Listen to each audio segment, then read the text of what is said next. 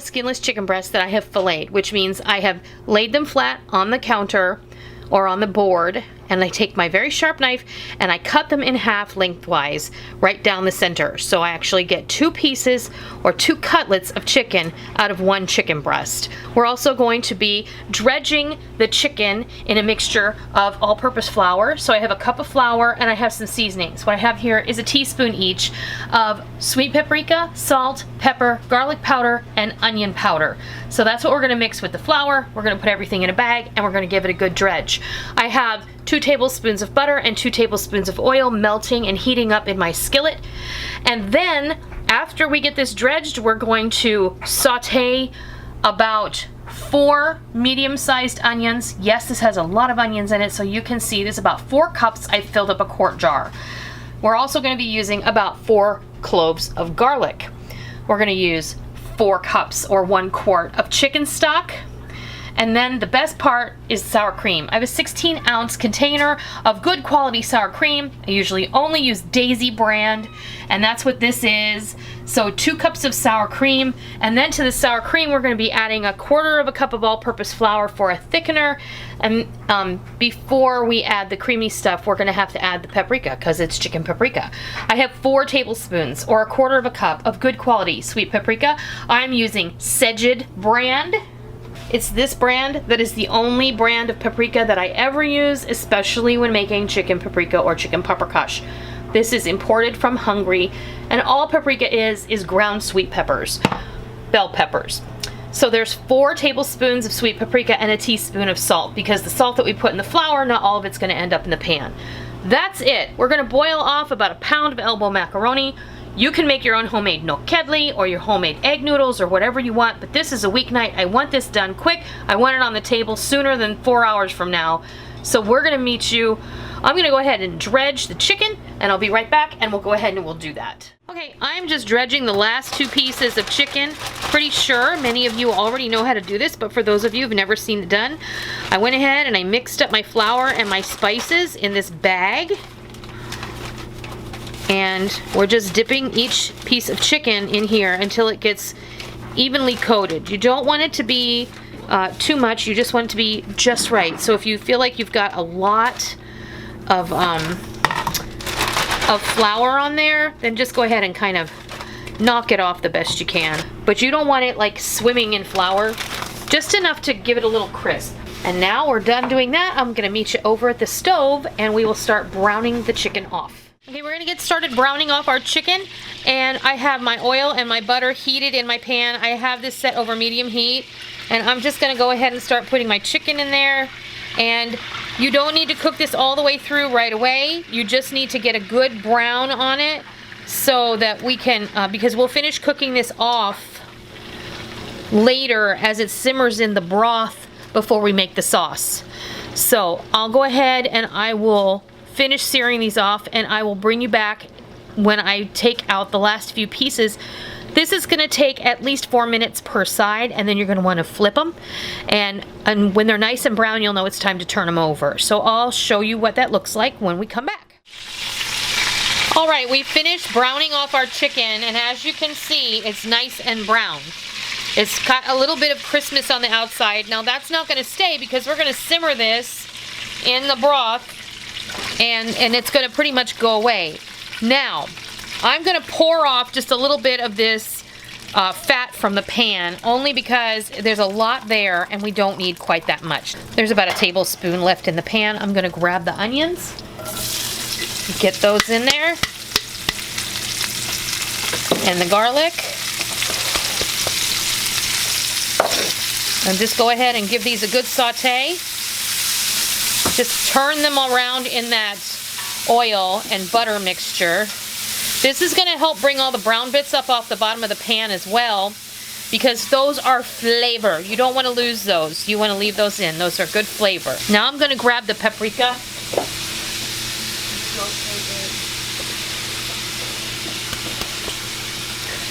The last time I made this, I only put 3 tablespoons of paprika in it. When I had my mom taste it, she's like, needs more paprika. So 4 it is, people, 4. It is chicken paprika, after all. Just get that in there. And you really want to toast the paprika because you want to bring out all the flavor. Now, grab your broth. Remember, we have a quart of chicken stock here. And that's just that's some of that organic chicken stock that I picked up at Sam's Club. I think you guys saw it in one of my hauls. And this is exactly what you want it to look like at this point. Now, we're going to return this chicken right back to the pan with the onions and the paprika and the chicken stock. Oh, talk about awesome. I'm so excited for dinner tonight. Bring this to a simmer, and we're going to let this simmer for just 10 minutes, and then we're going to come back and we're going to mix up the components that make the creamy sauce. Okay, we have simmered for about 10 minutes, and I've just turned it down to medium from medium-high heat. Now we have to prepare our sour cream mixture, which is over here. I have my sour cream in a measuring cup, and I'm going to add 1/4 cup of all-purpose flour.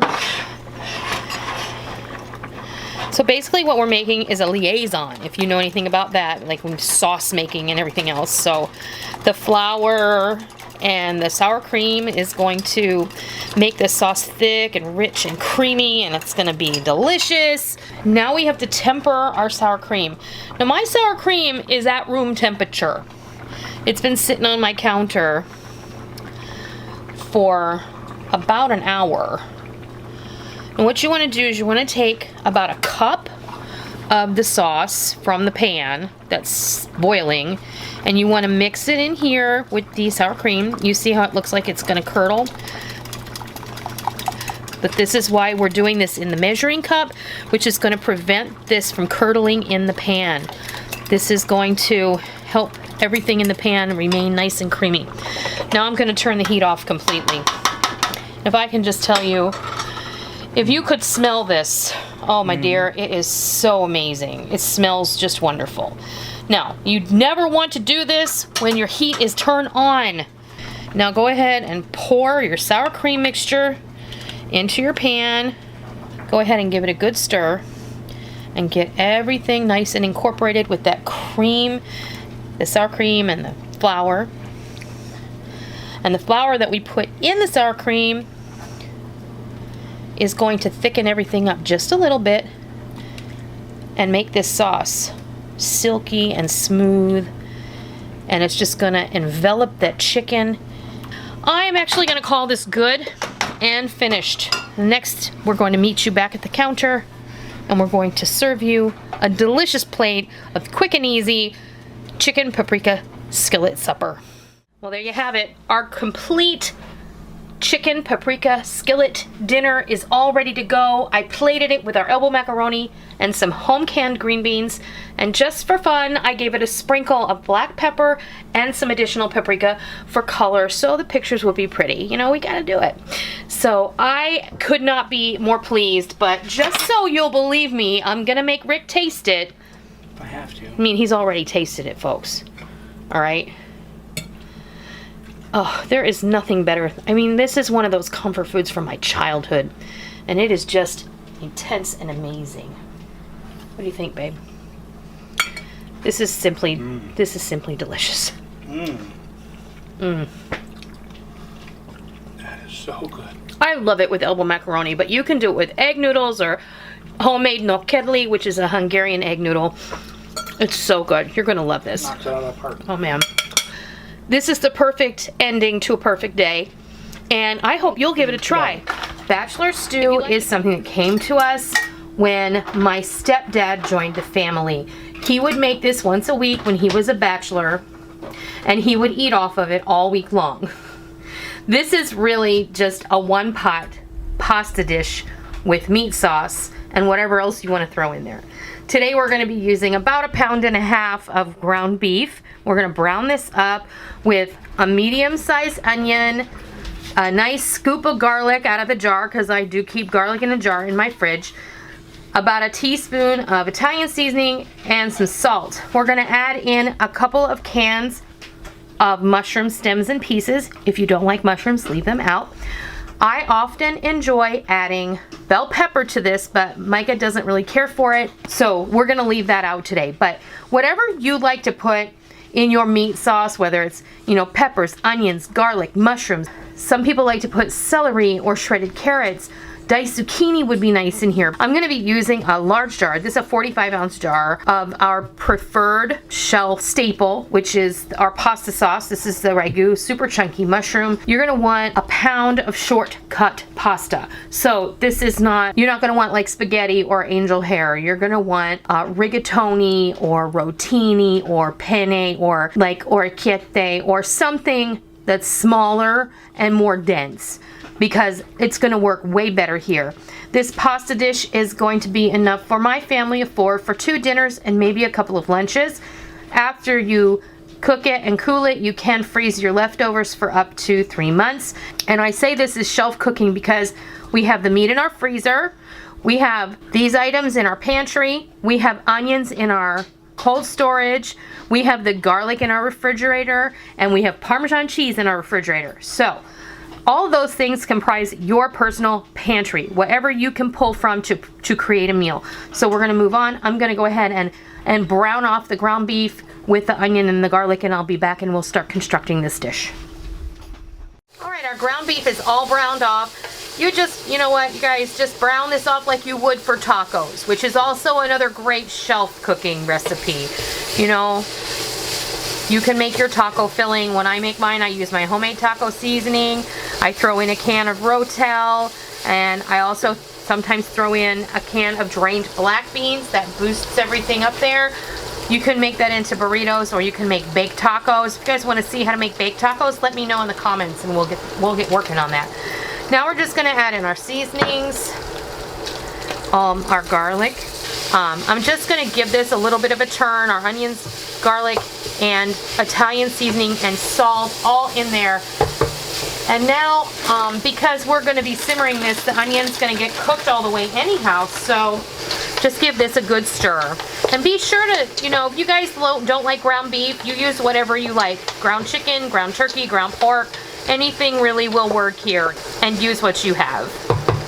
In goes our pasta. Toss it around really well. I'm gonna just go ahead and toss in these mushrooms, complete with their liquid. Give those a good stir. And then we're gonna go in with our sauce. We may or may not need more liquid, so we'll determine that shortly. Give this a good toss again. And make sure everything is touching liquid. You may think you have too much liquid in here, but remember, our pasta has not reconstituted yet. It is dry, and you want it to soak up all that goodness so that it cooks in that sauce and it becomes infused with that delicious tomato flavor. I'm gonna add just a little bit of water. That was like a cup. And give it another stir. I'm gonna bring this to a simmer. I'm gonna turn it down to medium heat, and then I'm gonna put the lid on it, and I'm gonna let it cook until the pasta is tender and everything is heated through, and then we'll be ready to serve. I'll bring you back when it's all ready. Our bachelor stew is ready to go. Now, this is, however loose or liquidy you prefer it, you should adjust that to your preference, which would be adding more water or more sauce. It just depends. Right now, this is perfect. The pasta is cooked to al dente. It's not too mushy, and it's ready to go. So we're gonna dish this up, and we'll be back in just a moment. Well, there you go, a serving of bachelor stew. Now, like I said, bachelor stew can be really simple or really complex. You can add all sorts of things in here. I have been known to put a little Neapolitan spin on this, throw in some capers, some black olives, some roasted red peppers. If you have those things on your pantry shelf, then I say go for it. It really does elevate it and makes it guest friendly, but it's guest friendly already. And you could serve this to anyone and they would love it. This is gonna be a kid favorite, a family favorite, a you favorite. Trust me, this makes a lot. And like I said, it's gonna feed my family of 4 for at least 2 full meals and maybe some lunches. But you can go ahead and freeze the leftovers, or you can put them in like a foil pan and you can top it with some Parmesan and mozzarella cheese, and then you can let it cool, wrap it tight, put it in the freezer, and then you have a ready to go pasta bake that's in your freezer, and you can make it the next time you don't know what to make, or you come home and it'll take about an hour to cook in the oven from frozen, and it'll be perfect. So, you want to taste it, even though you know how good it is? I have to. All right. Here we go. What do you think? Nobody can complain about that. It's just super simple food, and the longer that I cook for my family, the more I know, the simpler the better, and everybody's just going to be happy. So, I hope that this helps. I hope this gives you some inspiration to go to your pantry and pull something out and make something delicious. I hope you give this Bachelor Stew a try, and I hope you love it. And until next time, I'll see ya.